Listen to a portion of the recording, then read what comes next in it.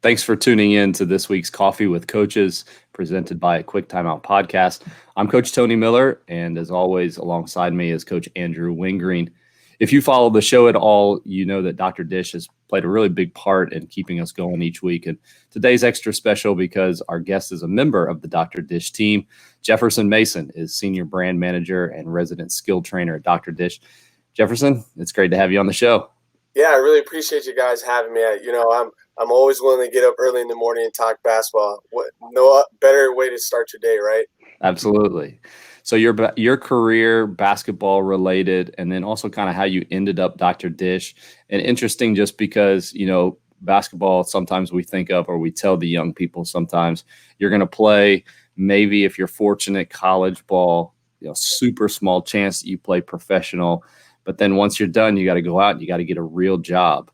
You've got a real job, but it includes basketball. So how did the two merge together?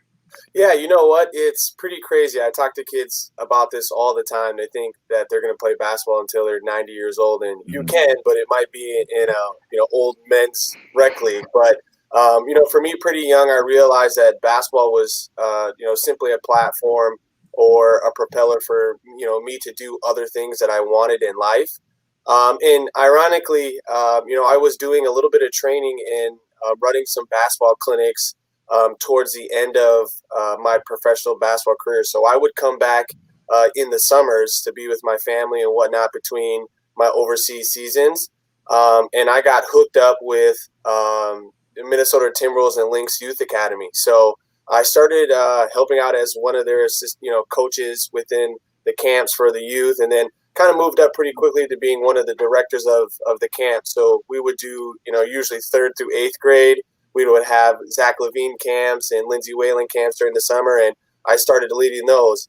I met a gentleman by the name of Nick Bartlett, who you guys know, obviously, through that. So he was just starting kind of in his basketball career. He had just graduated, and he was looking to get involved. So he was one of the coaches with me at several of the camps. So we met one summer and did all that good stuff.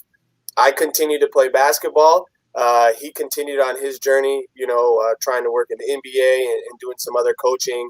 And then he got the gig at Dr. Dish. I'm sure, you guys have either talked or you will down the line about that. But as they started really getting things rolling, I had just retired from playing professionally overseas. So I randomly got an email one day from Nick saying, hey, I don't know if you remember me, but we did some camps and whatnot together. We're looking for a guy that can do a million things for us, some on-court stuff, develop drills, build partnerships, so on and so forth. And you were the first guy that popped up in my head. And I was like, wow, that's pretty awesome. We stayed in touch a little bit, but I thought it was pretty cool that, he remembered me from a few years prior. So I said, heck, this sounds pretty interesting. I had never really heard of Dr. Dish at the time. This was over 4 years ago now.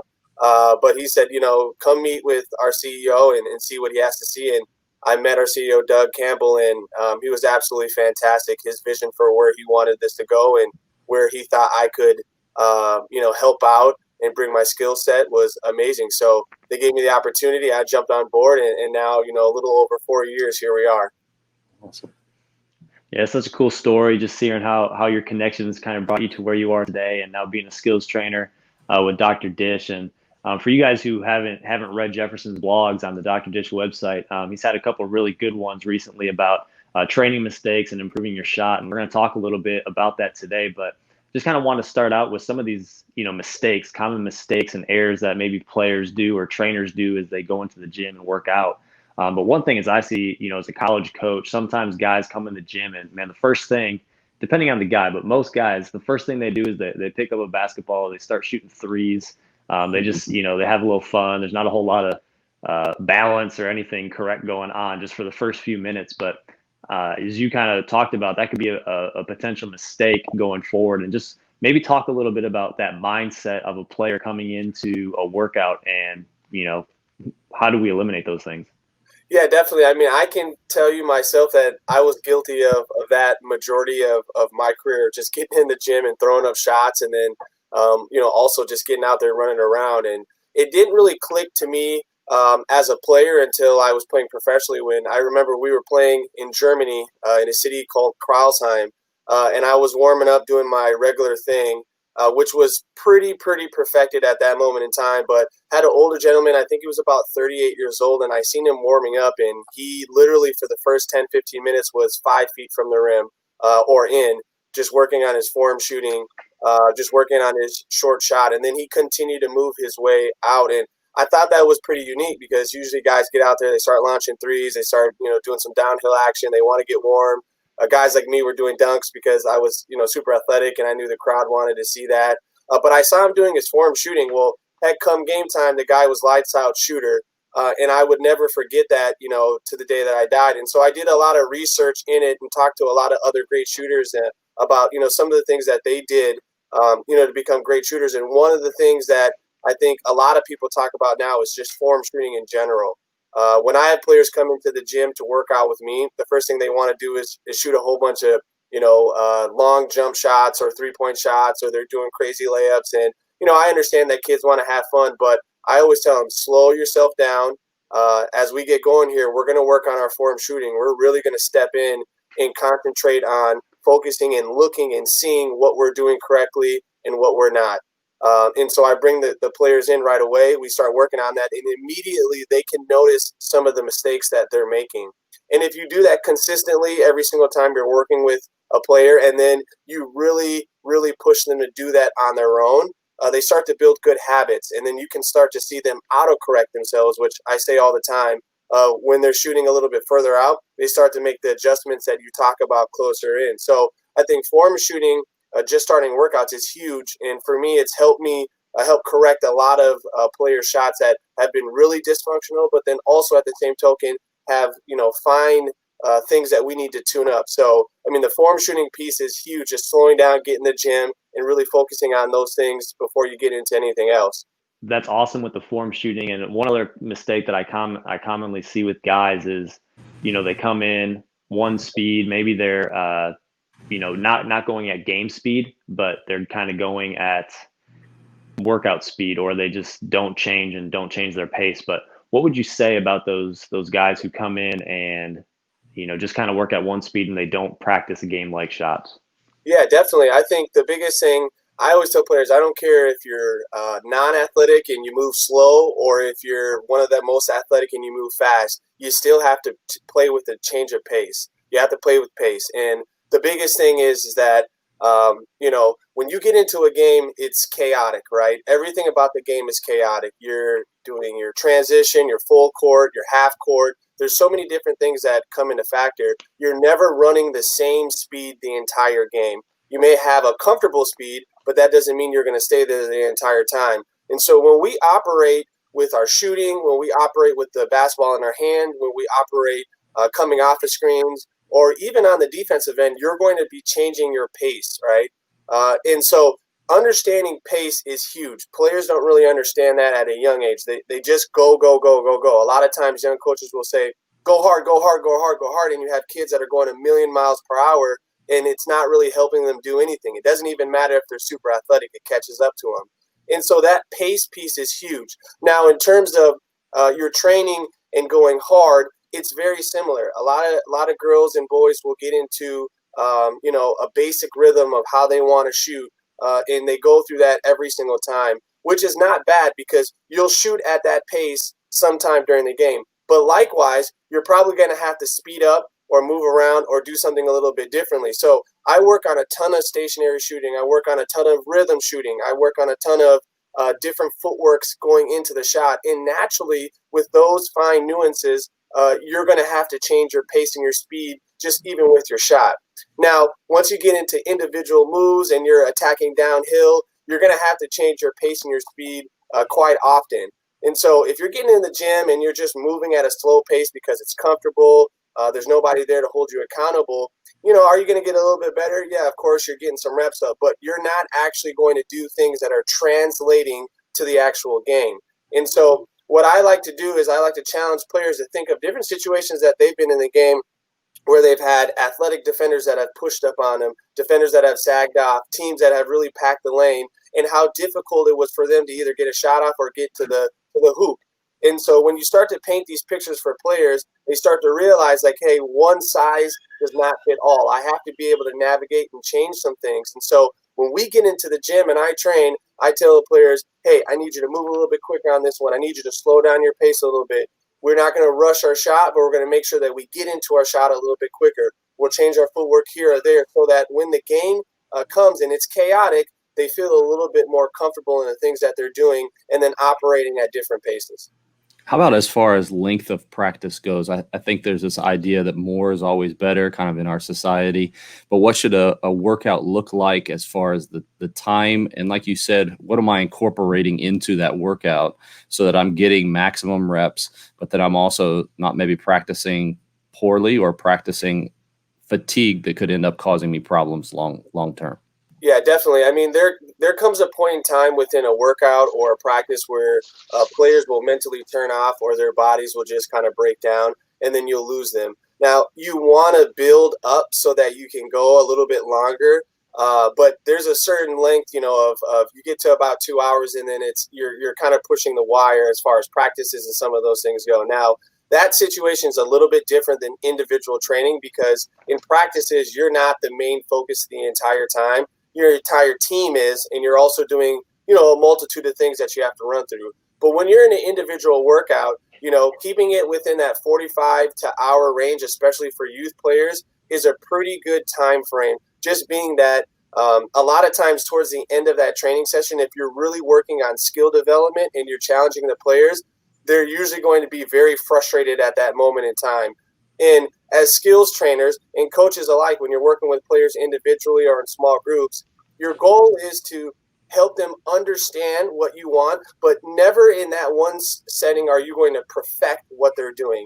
You have some kids that are a rarity that will pick up things right away, and you're like, holy moly, like you're doing that great, that's awesome, and we correct it or we learn it in that one session. But more than likely, the player's going to have to go off on their own, be able to auto-correct, work on it, come back, get that feedback, and go again. And so what I like to do is designate, several things that we're going to focus on within a workout, give myself 15 to 20 minutes to really thoroughly be able to explain it, let the player go through the reps, absorb it, make a few mistakes, get frustrated with it, and then we move on. And even though they're like, no, I want to do it a couple more times, I tell them, now it's on you to go on your own and work on that stuff. If you forget it or you're struggling, shoot me a text, send me a video, so on and so forth. But we're going to move on to the next thing. And so a lot of that is a mental piece too, because players will understand like, okay, that didn't go perfect like I wanted it to, but we're going to move on and we're going to learn and we're going to continue to get better. But I also want to leave on my own time and I want to work on that stuff and get better as well. So it's a trust process with the trainer. It's a trust process with the coach in the player that you have to work through, and understanding that there are certain limits that players get to where, mentally they may tune off or turn off, or they may be overly frustrated. How you go about managing that is going to be huge for the player's success. What would you say? So, we talk about the trainers kind of helping with this routine and this game plan, but, a lot of kids, a lot of players don't always have access to a coach or to a trainer, and maybe they do every once in a while, but a lot of these workouts, are going to be on their own, like you said, like they're going to be in the gym with the Dr. Dish by themselves, or they're going to be out in the driveway by themselves. What advice would you give to a kid who maybe doesn't have full-time access to a trainer on how to organize and plan his workout so he's not sitting out there for 2-3 hours just pointlessly doing drills? Yeah, definitely. I mean, I think every day you should have a different goal in hand that you want to hit. One of the worst things to do is to go into a workout and not have any goals. There's different type of workouts that players can have. I mean, you have some where you're just really trying to work on specific moves or individual moves, and you're not going to do a ton of shooting. Not every single workout is cookie cutter, but for the most part, you're going to obviously get some shots up. You're going to try to hit some goals and make some goals. What that does is it holds players accountable.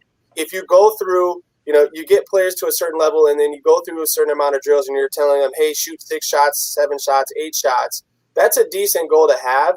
But at the end of the day, the player is just working towards that 6 or 7 shots. I know, because I used to do that myself. I got to that 6 or 7 rep, and I know that I'm done, right? I'm going to move to the next one. But when you tell players, hey, we're going to make 3 shots or 4 shots or 6 shots or 7 shots, any random number like that, you can see that it mentally affects them a little bit more because it's holding them accountable to do trust the process and do it correctly every single time. And if they don't do it correctly, then they're going to continue to add more reps on. And so when I played, I remember our coach saying, hey, you guys need to make 8 reps, and we would get to 6 or 7, and that 7th or 8th rep seemed to be so much harder than it was if we didn't have to make that shot. But what we were doing was we were holding ourselves accountable, making sure that we were actually going hard every single rep. Because if we dilly-dallied or we played around, we would keep going and on and on and on. Obviously, that wouldn't look good for us, and we were wasting time. So setting those goals is a great way to hold yourself accountable on the court and then off the court as well.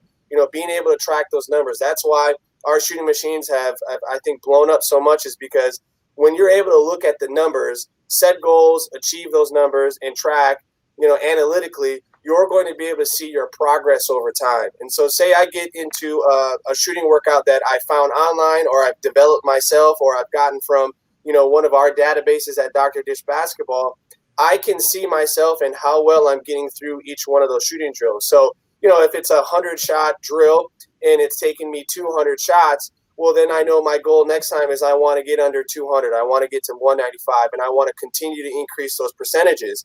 If you start to see yourself going the opposite way, well, then we have an issue, have a problem. But I tell this to my pro players that come in all the time. If we just get in the gym and we think we're shooting and we're doing good, we really don't know where our strengths and weaknesses are, right? For the longest, I thought I was a great corner shooter. Turns out that was probably the worst place I could ever shoot at, and I found out later in my career when it was exposed to me. But I do that to a lot of players, even the highest and lowest level, because they think in their head, hey, I've made this shot before, I do it, or I get in the gym and I throw stuff up, but they don't realize that the numbers tell something different. And so we want to expose that, not in a negative way, but bring it to light so they know, hey, these are things that we need to focus on. Get in the gym, set a goal for yourself, see if you can achieve it, and then we want to be better at that every day. You've mentioned a couple guys that I've seen, just having watched the game over a period of time, that have gone from being average shooters to being above average shooters, and some of them take that next step to become great shooters. And I want to know what causes that jump other than they work hard. Yeah, a lot of it is the mental piece of it. So when you get into your shooting and you get to a certain age, it's very, very, very difficult to adjust your shot. There's only a few players in the NBA that have really, really successfully been able to do that. One I'll name is Jason Kidd. If you watched him in the latter part of his career, he had kind of a robotic shot, but he made it. Coming into the NBA, he was not known as a shooter. He did not shoot the ball terribly well, but he made a lot of adjustments and he took a lot of reps, practiced quite a bit. But he evolved his shot in the NBA at a higher level, which is extremely difficult to do. But a lot of that stuff, with talking with my pro players, is a mental piece of it. So, you can perfect the player's form. But when they're going through stages throughout the year or even in their personal life where there's a lot of mental pieces holding them down or holding them back, it affects them on the basketball court. And so confidence is huge. Now, this isn't confidence given to you by your coaches. That's where a lot of people that I hear speak on podcasts, they get it mixed up. They say, coaches, make sure that you are helping your players be confident in themselves and you're being positive, so on and so forth. Does that help? 110%. But majority of coaches aren't always like that, right? They get into that lull of the more of the angry or the aggressive or the yelling coach because that's how they feel they can reach with kids. Naturally, young kids, their mental goes down because of it. But if you can help players understand that no matter what coach is saying, no matter what the people in the crowd are saying or the families, my parents, no matter what they're saying, I have to remain confident in myself because of the work that I put on the court. Mentally, they're going to be a lot better. And so once you get to a point where, your shot is looking good, your form is great, you've put in the work, trusting yourself, no matter if you think I miss 2 shots, coach is going to take me out, or if I have the green light, is a big thing, because that's why people go through shooting slumps. So, what I like to do is I like to train players mentally, and we've worked with a lot of people that, do the mental piece of basketball. I'm not a professional at it, but just talking to players about, their greatness and imagining shots going in and cool things like that, so that when they get frustrated, they can revert back to that and really feel confident in who they are, the amount of time they put in on the court. Yeah, I know one thing that I've always loved to tell shooters, whether they're good shooters or they're in a slump or whatever, is, the next one's always going in. And I want Yeah. players to always believe, hey, the next shot's going in, whether you're 0 for 9 or if you're 6 for 6, whatever it might be, next one's going in. And is there any type of, you talk about training your player's mindset. Is there anything, maybe a phrase, because I know with the mental skills, sometimes it's good to have a phrase you go to, but is there something that you tell players that they can kind of keep in the back of their minds as they're shooting?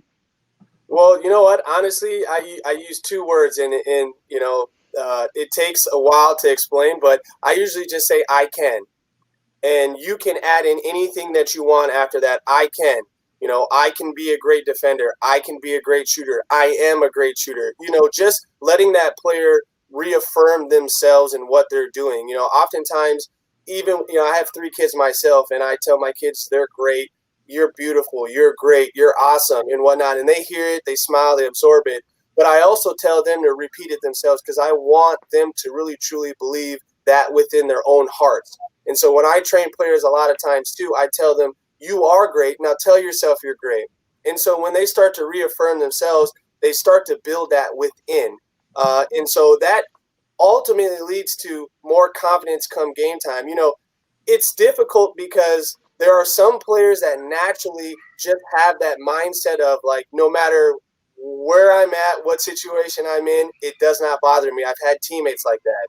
But I've also had teammates where it's like one thing goes wrong and it throws them for a complete loop. And I'm like, this is a tremendous player, but their mind is all messed up. And I'm sure we've talked, you guys have probably talked about that before amongst each other. But part of that is the player not reaffirming themselves and understanding that they are good enough in basketball and life in general. So I like to continue to affirm that to players, even when they're making mistakes like, you are going to get this. You will be great at this. This will become something you're elite at. Tell yourself that. Right now we're not there, but continue to say that, go on and work, and then come back, and then we'll just keep going from there. So then when they want to try that with their friends or an open gym or in practice or in a game, which ultimately they'll have to do, they feel confident in it no matter what. Even if somebody says, oh, that wasn't great, they know, like, I put in the time. I feel more positive with it. And I've said that to myself, and I've heard it also as well. So I'm going to go out and go do it.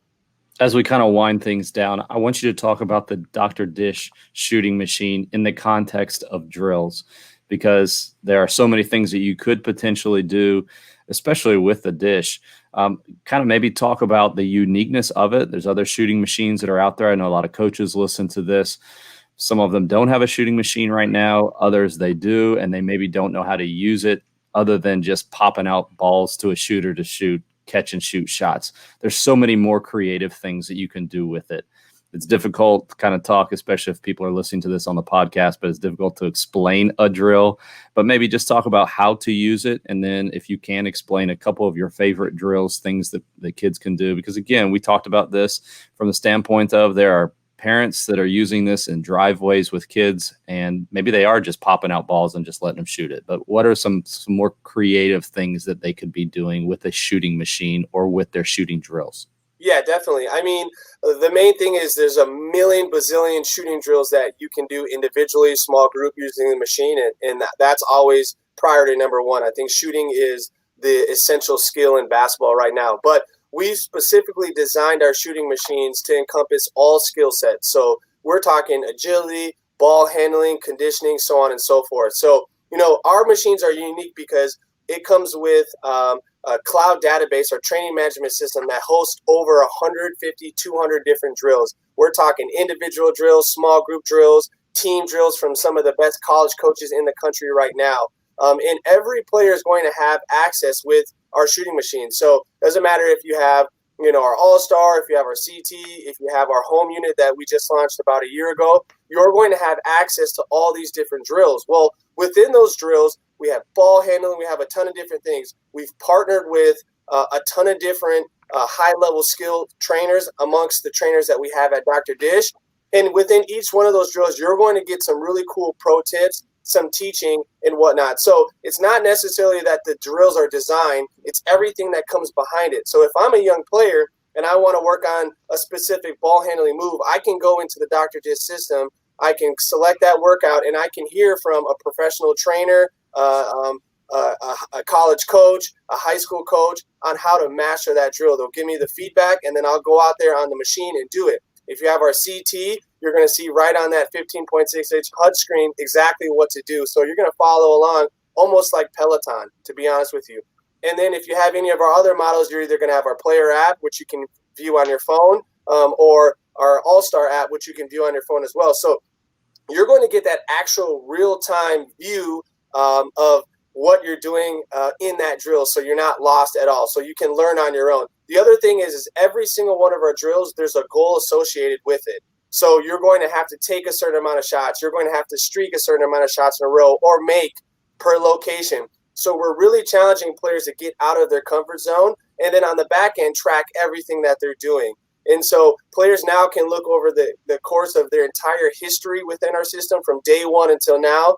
They can look, the last 30 days or the last week and really see their progress over time and see where they're getting better, see where their weaknesses are. And so these analytics, this extra, curriculum and teaching that we're providing really gives that home setting, that in the gym setting by yourself, and takes it to a couple levels up, because like you said, a lot of players don't have access to a trainer like myself or Jordan Lawley or DJ Sackman, but with our systems, you'll have that. We're uploading new stuff, every single month that players will be able to view. So the system in itself was built to encompass every skill for a player, give every player an opportunity to really enhance their skills to the highest level and be the best version of themselves.